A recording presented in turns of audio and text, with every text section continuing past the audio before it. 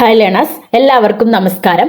കേരള റിനൈസൻസുമായി ബന്ധപ്പെട്ടുകൊണ്ട് ഇന്നത്തെ ക്ലാസ്സിൽ നമ്മൾ പഠിക്കാനായിട്ട് പോകുന്നത് ചാവറ അച്ഛൻ എന്ന പേരിൽ അറിയപ്പെടുന്ന കുര്യാക്കോസ് ഏലിയാസ് ചാവറ അച്ഛനെ കുറിച്ചാണ്. ആദ്യം തന്നെ അദ്ദേഹത്തിന്റെ ഏർലി ലൈഫുമായി ബന്ധപ്പെട്ടുള്ള കുറച്ച് കാര്യങ്ങളാണ് നോക്കുന്നത്. 1805 ഫെബ്രുവരി 10 ചാവറ കുര്യാക്കോസ് ഏലിയാസ് അച്ഛൻ ജനിച്ചത്. ജന്മസ്ഥലം എന്ന് പറയുന്നത് ആലപ്പുഴ ജില്ലയിലെ കൈനഗിരിയാണ്. ജന്മഗൃഹം ചാവറ ഭവൻ. പിതാവിന്റെ പേര് ഐക്കോ കുര്യാക്കോസ്, മാതാവ് മറിയന്തോപ്പിൽ. ജനനം കൃത്യമായിട്ട് ഓർത്തു വെക്കുക.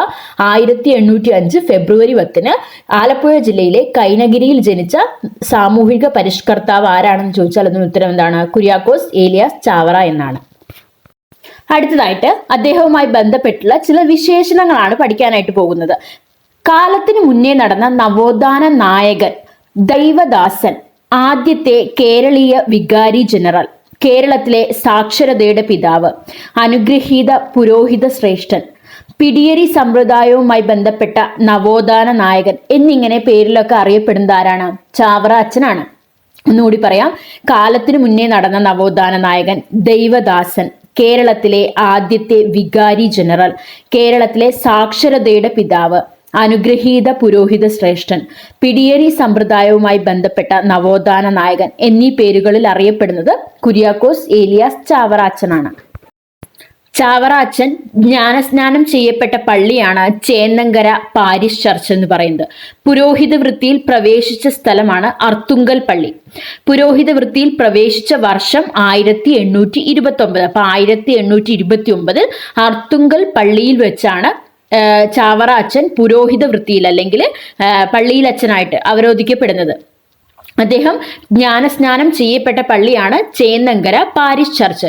ചാവറ അച്ഛന്റെ നേതൃത്വത്തിൽ 1846 കത്തോലിക്ക സഭയുടെ ആദ്യത്തെ സംസ്കൃത സ്കൂളുകൾ സ്ഥാപിച്ച സ്ഥലങ്ങളാണ് മാന്നാനം അതുപോലെ കുനമ്മാവ് എന്ന് പറയുന്നത്. ചാവറ അച്ഛന്റെ നേതൃത്വത്തിൽ 1846 കാലത്ത് സംസ്കൃത സ്കൂളുകൾ സ്ഥാപിച്ച 2 സ്ഥലങ്ങളാണ് മാന്നാനം അതുപോലെ കുനമ്മാവ്. അതുകൊണ്ട് തന്നെ ഈ 2 സ്ഥലങ്ങളും ചാവറ അച്ഛനുമായി ബന്ധപ്പെട്ട് വളരെ ഇമ്പോർട്ടന്റ് ആയിട്ടുള്ള സ്ഥലങ്ങളാണ്, മാന്നാനം അതുപോലെ കുനമ്മാവ് എന്ന് പറയുന്നത്.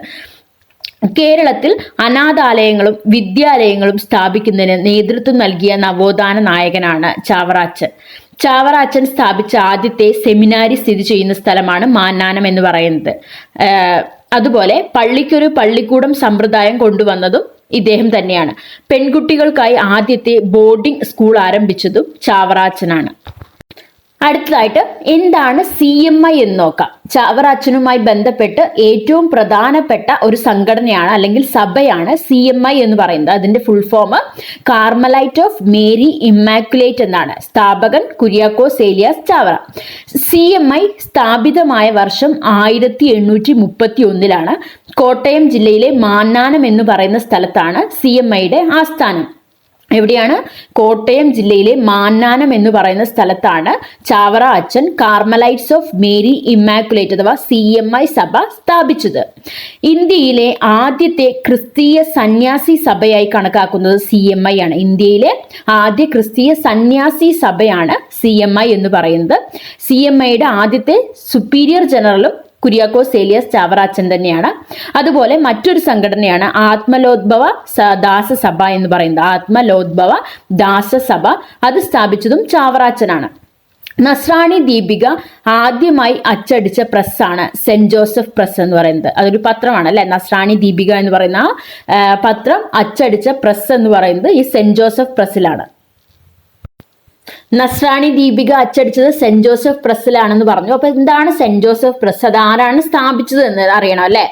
1846 കുര്യാക്കോസ് ഏലിയാസ് ചാവറയുടെ നേതൃത്വത്തിൽ മലയാള അച്ചടി രംഗത്തുണ്ടായ മുന്നേറ്റത്തെയാണ് വാഴത്തട വിപ്ലവം എന്ന പേരിൽ അറിയപ്പെടുന്നത്. 1846 ചാവറ അച്ഛന്റെ നേതൃത്വത്തിൽ മലയാള അച്ചടി രംഗത്തുണ്ടായിട്ടുള്ള ഒരു മുന്നേറ്റത്തെയാണ് വാഴത്തട വിപ്ലവം എന്ന പേരിൽ പറയുന്നത്.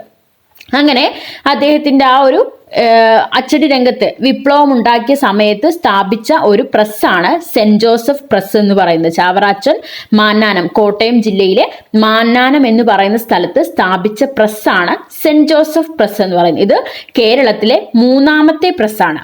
കേരളത്തിലെ 3ാമത്തെ പ്രസ്സാണ് സെന്റ് ജോസഫ് പ്രസ്. ഇവിടെയാണ് നസ്രാണി ദീപിക അച്ചടിച്ചതെന്ന് പറഞ്ഞു. പക്ഷേ സെന്റ് ജോസഫ് പ്രസ്സിൽ അച്ചടിച്ച ആദ്യത്തെ പുസ്തകം ജ്ഞാനപീയൂഷമാണ്. അപ്പൊ നിങ്ങൾക്കൊരു കൺഫ്യൂഷൻ വരും അല്ലെ, മാറിപ്പോകരുത്. സെന്റ് ജോസഫ് പ്രസ്സിൽ ആദ്യമായിട്ട് അച്ചടിച്ച പുസ്തകമാണ് ജ്ഞാനപീയൂഷം എന്ന് പറയുന്നത്. പക്ഷേ എന്താണ്, പിന്നീടാണ് നസ്രാണി ദീപിക അച്ചടിക്കപ്പെടുന്നത്. കുര്യാക്കോസ് ഏലിയാസ് ചാവറ അച്ഛൻ മരണമടഞ്ഞ സ്ഥലമാണ് കുനമ്മാവ് എന്ന് പറയുന്നത്. ഇത് എറണാകുളം ജില്ലയിൽ അല്ലെങ്കിൽ കൊച്ചിക്ക് അടുത്തായിട്ടുള്ള സ്ഥലമാണ് കുനന്മാവ് എന്ന് പറയുന്നത്. കുര്യാക്കോസ് ഏലിയാസ് ചാവറ അച്ഛൻ മരണമടഞ്ഞ സ്ഥലമാണ് കുനമ്മാവ് എന്ന് പറയുന്നത്. ജനിച്ചത് എവിടെയാണ്? കൈനഗിരിയിലാണ് അല്ലെ. ചാവറ അച്ഛന്റെ ഭൗതിക അവശിഷ്ടം സൂക്ഷിച്ചിരിക്കുന്ന പള്ളിയാണ് സെന്റ് ജോസഫ് പള്ളി. ചാവറ അച്ഛൻ ഇന്ത്യൻ തപാൽ സ്റ്റാമ്പിൽ പ്രത്യക്ഷപ്പെട്ട വർഷം 1987 ഡിസംബർ 20-നാണ്. ചാവറ അച്ഛൻ ഇന്ത്യൻ തപാൽ സ്റ്റാമ്പിൽ പ്രത്യക്ഷപ്പെട്ടത് 1987 ഡിസംബർ 20-നാണ്. മരിച്ചത് എവിടെ? അദ്ദേഹം മരണമടഞ്ഞ സ്ഥലം എവിടെയാണ്? കുനമ്മാവ് എന്ന് പറയുന്ന സ്ഥലത്ത്, എറണാകുളം ജില്ലയിലാണ്. ജനിച്ച സ്ഥലം കൈനഗിരിയിലാണ്. കുര്യാക്കോസ് ഏലിയാസ് ചാവറ അച്ഛനെ വാഴ്ത്തപ്പെട്ടവൻ 1986 ഫെബ്രുവരി 8-നാണ്. കുര്യാക്കോസ് ഏലിയാസ് ചാവറ അച്ഛനെ വാഴ്ത്തപ്പെട്ടവൻ അല്ലെങ്കിൽ വിശുദ്ധനായിട്ട് പ്രഖ്യാപിച്ചത് 1986 ഫെബ്രുവരി 8-ാം തീയതിയാണ്. അതുപോലെ തന്നെ ക്വസ്റ്റ്യൻസ് വരാൻ സാധ്യതയുള്ള ഒരു സ്ഥലമാണ് അദ്ദേഹവുമായി ബന്ധപ്പെട്ടുള്ള പ്രധാനപ്പെട്ട പുസ്തകങ്ങൾ ഏതൊക്കെയാണെന്ന്. കുനമ്മാവ് മഠം, നളാഗമം, ധ്യാനസല്ലാപങ്ങൾ, നല്ല അച്ഛന്റെ ചാവരുൾ, മരണപൂർവം, ആത്മാനുവാദം, മാന്നാനം നളാഗമം, കനോന നമസ്കാരം എന്നിവയാണ് പ്രധാനപ്പെട്ട പുസ്തകങ്ങൾ. ഒന്നുകൂടി പറയാം. കുനമ്മാവ് മഠം, നളാഗമം, ധ്യാനസല്ലാപങ്ങൾ, നല്ല അച്ഛന്റെ ചാവരുൾ, മരണപൂർവം, ആത്മാനുവാദം, മാന്നാനം നളാഗമം, കനോന നമസ്കാരം എന്നിവയാണ് ചാവറ അച്ഛന്റെ പ്രധാനപ്പെട്ട പുസ്തകങ്ങൾ എന്ന് പറയുന്നത്. അപ്പൊ ഇന്ന് നമ്മൾ പഠിക്കാനായിട്ട് ശ്രമിച്ചത് ക്രിസ്ത്യൻ മതവുമായി ബന്ധപ്പെട്ടുകൊണ്ട് നവോത്ഥാനത്തിന് തുടക്കം കുറിച്ച ഒരു സാമൂഹിക പരിഷ്കർത്താവായിട്ടുള്ള ചാവറ കുര്യാക്കോസ് ഏലിയാസ് അച്ഛനെ കുറിച്ചാണ്. അദ്ദേഹത്തിന്റെ ജനന സ്ഥലവും അതുപോലെ അദ്ദേഹം നടപ്പിലാക്കിയിട്ടുള്ള പരിഷ്കാരങ്ങൾ, CMI എന്ന് പറയുന്ന സംഘടന, അതുപോലെ സെന്റ് ജോസഫ് പ്രസ് തുടങ്ങിയ കാര്യങ്ങളാണ് ഇന്നത്തെ ക്ലാസ്സിൽ നമ്മൾ പഠിക്കാനായിട്ട് ശ്രമിച്ചത്. അപ്പോൾ നിങ്ങൾക്ക് ഈ ഒരു വീഡിയോ ഉപകാരപ്രദമായി എന്ന് വിശ്വസിക്കുന്നു. താങ്ക്